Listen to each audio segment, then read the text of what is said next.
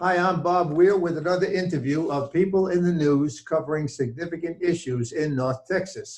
My guest today is Denton County Judge Andy Eads, who is here to explain how residents can get their COVID-19 vaccine inoculations. Thank you, Judge Eads, for taking the time to provide this valuable information.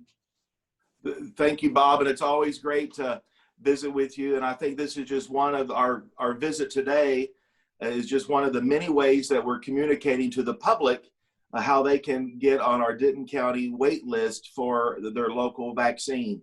And so we did a great job of rolling it out to lots of different forms of social media, print media, television, word of mouth. And I would just encourage everybody, if you want to get vaccinated, it's very simple. Go to dentoncounty.gov. Just our main landing page. If you want to keep it simple, you can just go to our landing page right there on the top and register. It takes just a couple minutes to register, ask a few basic health questions, and then some vital information, how to contact you, because we do contact you in a variety of ways. We can contact you through telephone calls. We can contact you through text, through emails. And if you're watching this and you don't really have access to a computer, or that's just not your skill set, or if you have a friend or loved one who doesn't have access, they're welcome to call our hotline, and we have 20 call takers there in our phone bank, and they can call 940-349-2585. Again, 940-349-2585, and they can get them registered on the phone as well. Excellent. Okay. Well, all right, that handles the first question about how to get on the vaccination list. And from my personal experience, we got on the list, I guess, about a couple of weeks ago. And so people will know that once you get on the list, they have your email. You'll be sent an email that verifies that you're on the list, and it'll give you the number on the list also. And then they'll keep up with you so that when your turn is coming, you'll be notified when and where to go. So let's talk about approximately how many people have had their first vaccination from a Denton County public health facility. Perfect. So our first week, we received 1,100 vaccinations. We spent about half of that, and that was according to the state protocols, to utilize it on 1A individuals, which was our healthcare workers and so forth. So we used about half of that on our healthcare workers here at the county, and then the state Department of Health Services opened it up to 1B as well. So we invested the remaining part of that first allocation on the general public, and then we did our online portal, and so we had created a waiting list, and so now we did 3,500 that next week, and then we did 6,000 this week. And then next week, we're going to do 9,950. So we have the state's allocation has increased every week as supply increases. And also, they are monitoring the efficiency of our operations. And so that's why it's very important that we have a very streamlined operation, that we're not sitting on this vaccine. Every week that we've received vaccine, we have disseminated that into our patients that very same week, and so none have been thrown away. And so I think that's very important, that they're watching how we utilize it, they're watching how quick we send it out, and also the compliance and regulatory paperwork that we're turning in to the state, so they know exactly how much has been disseminated. And so it's a complete process, and I'll give Denton County an A+ on every one of those efforts. And I think the state of Texas would too. That's why they're increasing our allocation. Well, that's positive. That's great. How about, where do recipients go for the vaccination? Are there more than one location? Sure, we're doing one location at a time, but Bob, we're trying to rotate that around the county so that it's easy for people to get assistance and location. And so we're the first week we did it up at C.H. Collins there in the north part of Denton. It's easy to get to because it's just right off of Loop 288. It was very easy to get to, and it's got a large footprint, so we could really space out the individuals. And this last week we did it at Louisville First Baptist. I want to thank First Baptist Church of Louisville for hosting us this last week. We did 6,000 vaccinations there on Wednesday and Friday. Again, all these clinics are appointment required, so there's no walk-up traffic. I think that's one of the reasons there's been no wait list. It's been very, very organized. People keep giving us feedback that it's Chick-fil-A efficiency, and I think that's a very high compliment if you're in the company of Chick-fil-A as far as the streamline of the operation. So next week it'll be back up to C.H. Collins in the northern part of the county. We are looking at a variety of other locations, such as Texas Motor Speedway on the west side of the county. We may use it for a mega center where we're getting the large allocations. But we also are looking at the east side of the county, so really all four corners of the county. Are the vaccinations administered to people in their cars? Yes, and so I think that's one of the things that is unique about the Denton County model is that you're able to just do a drive-through method, and you're not having to get out of your car and in the elements and go into a facility where you could be exposed to COVID-19. You're actually being able to isolate in your car and get your vaccine. I'll tell you, our time is less than 30 minutes. And I was going to say our average time, but we're not even going over the 30 minutes on the average. It is less than 30 minutes at any of our locations at any time of the day. It has been less than 30 minutes. And what's significant about that is the lines have been very, very short, and we're still being able to vaccinate all those individuals. We're doing about 350 people an hour. And it's been awesome because in that 30 minutes is included a 15-minute wait time. So when you go through the queue up the line, they're going to verify that you do have a reservation. You're going to sign some basic waivers and authorization for us to vaccinate you. And then you're going to get vaccinated by one of our mini nurses or actually one of the paramedics. Our first week, we had the town of Flower Mound, we had the city of Louisville, and the city of Denton administering vaccines. When we were in Louisville this week, we had the city of Louisville Fire Department was there and their paramedics. I was even visiting with the chief of the fire chief. He was sitting there himself personally giving the vaccinations. And so after you get vaccinated, then you're going to pull around the corner and sit there in our parking lot and wait for the 15 minutes to make sure you have no allergic reaction.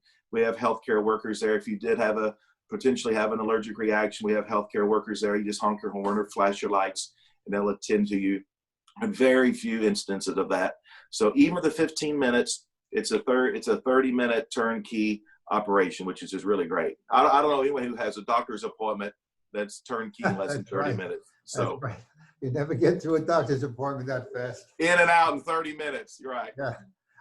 Incidentally, how does that work? I mean, if you're notified to that's your turn, is it only so many people at a time, like by hours, so that you don't notify 6,000 people because then they'd all be there?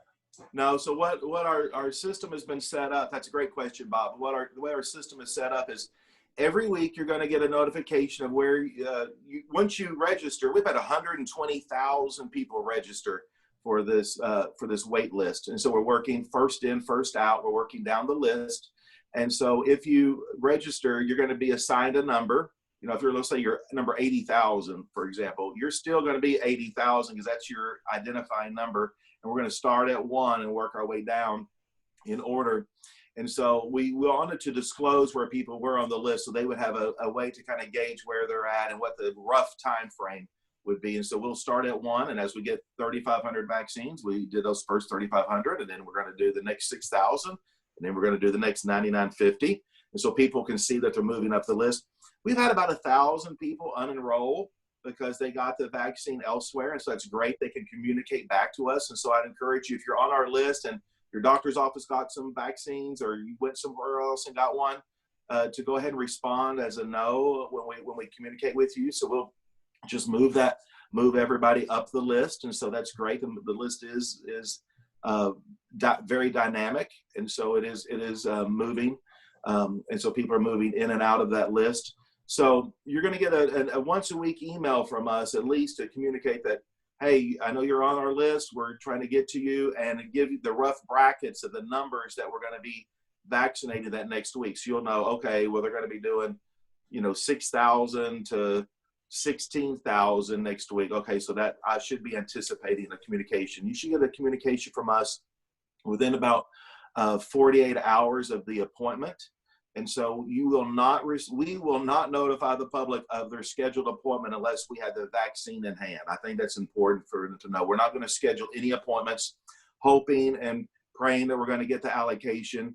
So if you get a short notice from us, just bear with us, because we do not and will not be inviting you to an appointment hoping and praying that UPS or FedEx sends us the vaccine. So we're not going to do that. We're just going to be super cautious about this.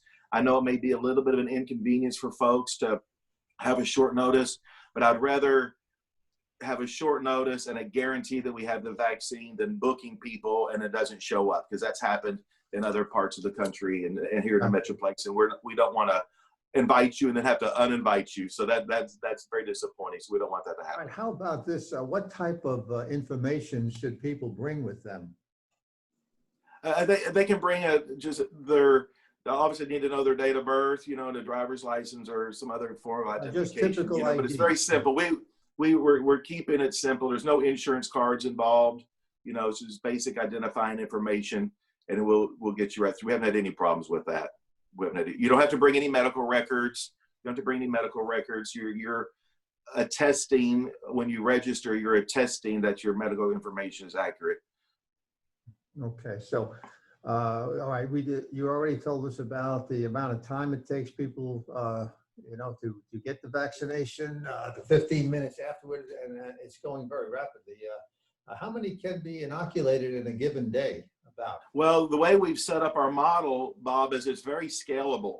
And so we've done, we started out doing 500 a day, and then we did 3,000 a day, and then we're looking to be able to scale that, to 5,000 or 10,000. And the footprint really of where we're going to do it really depends on how many vaccines that we receive from the state. And I made a pledge to Dr. Hellerstadt, the director and the commissioner of State Health Services, and to our legislative delegation, that whatever the state sends us, we will get out. We will get out and we'll make them proud. And I do believe that we've done exactly that. And so depending on what the state of Texas sends us, again, some people have said, y'all haven't ordered enough vaccine. And I said, well, this is not about where you order the vaccine. We put in to receive vaccine, and the state is the one who does the allocation. So it's not that the county didn't order enough. It's that the state, they only have so much to go around. And so they're doing a very good job of trying to allocate this by population across the state of Texas. There's 254 counties, and they're all within a very small deviation of less than 1% of what they've been allocated from the state. So the state's doing the best they can with a limited supply. I think one thing that's important to mention, Bob, is that this is a time for our Denton County residents to answer the call to public service and to be involved in this pandemic relief efforts.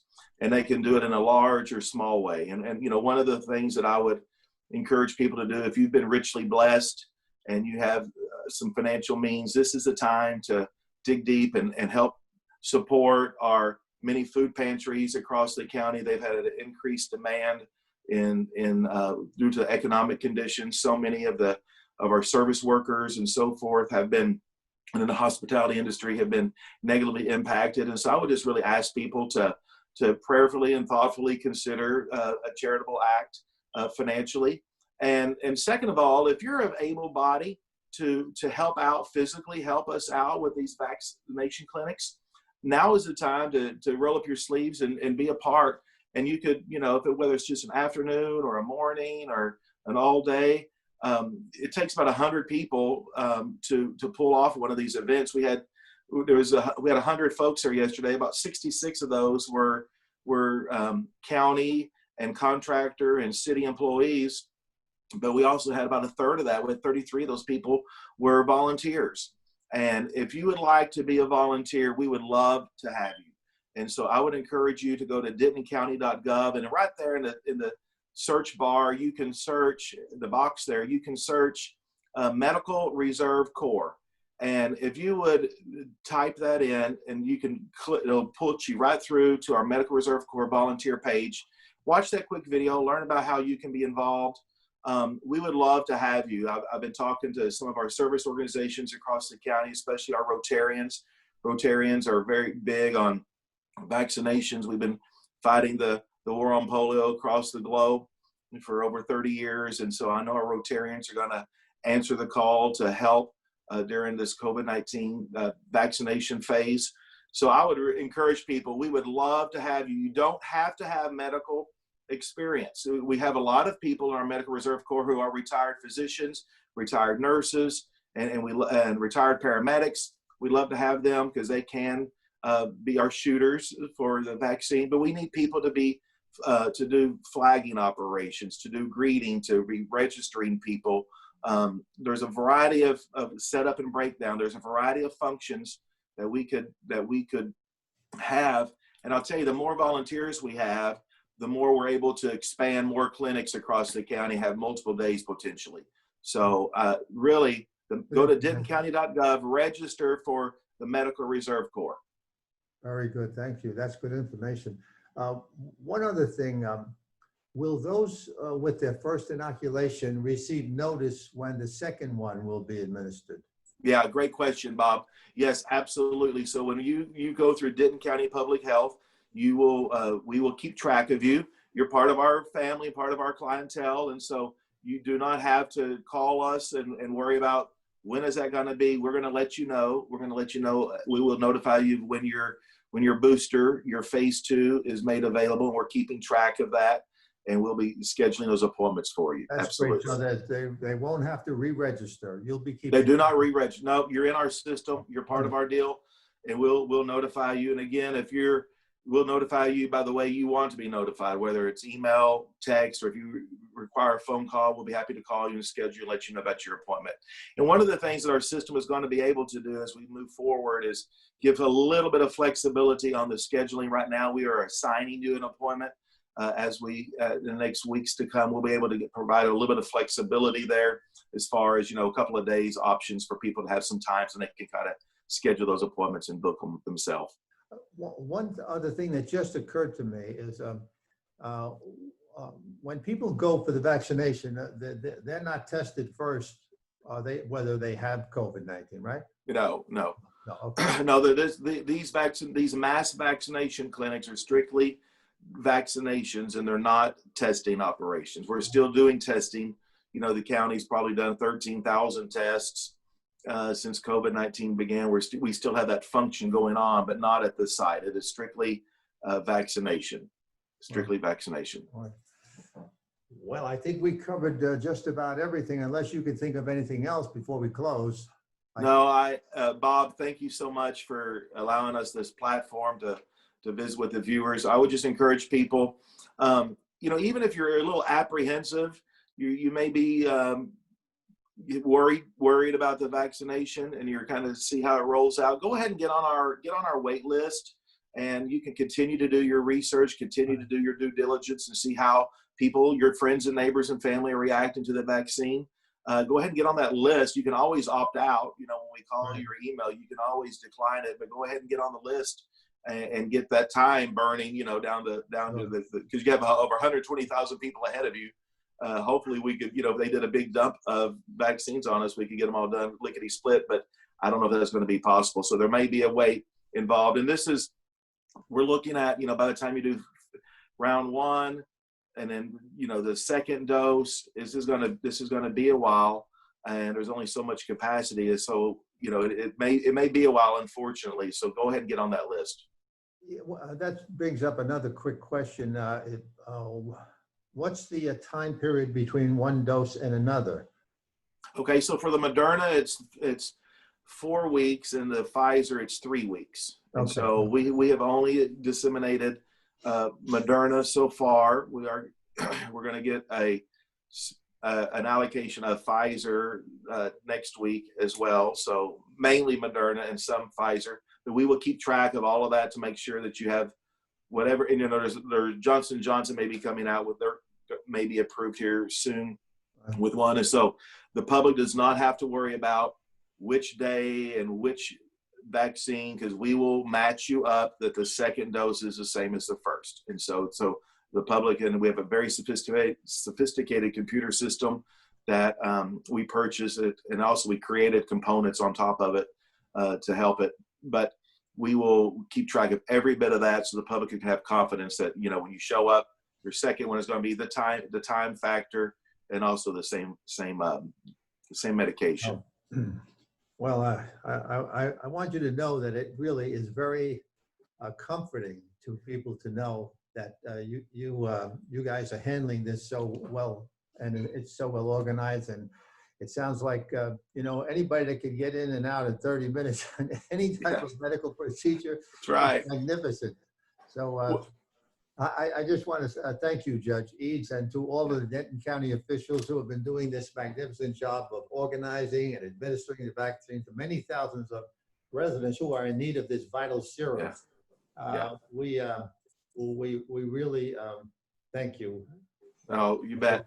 Well, the commissioner's court's been very active about this, and the full court has, and they've wanted to champion this and get this out as fast as we can. And our wonderful health department and our emergency services and our volunteers and our cities, it's really been a group effort by all, but we've been really championing this and said, you know, this has got to go well. You know, some people were displeased with us, you know, a month or so ago because we didn't have a wait list.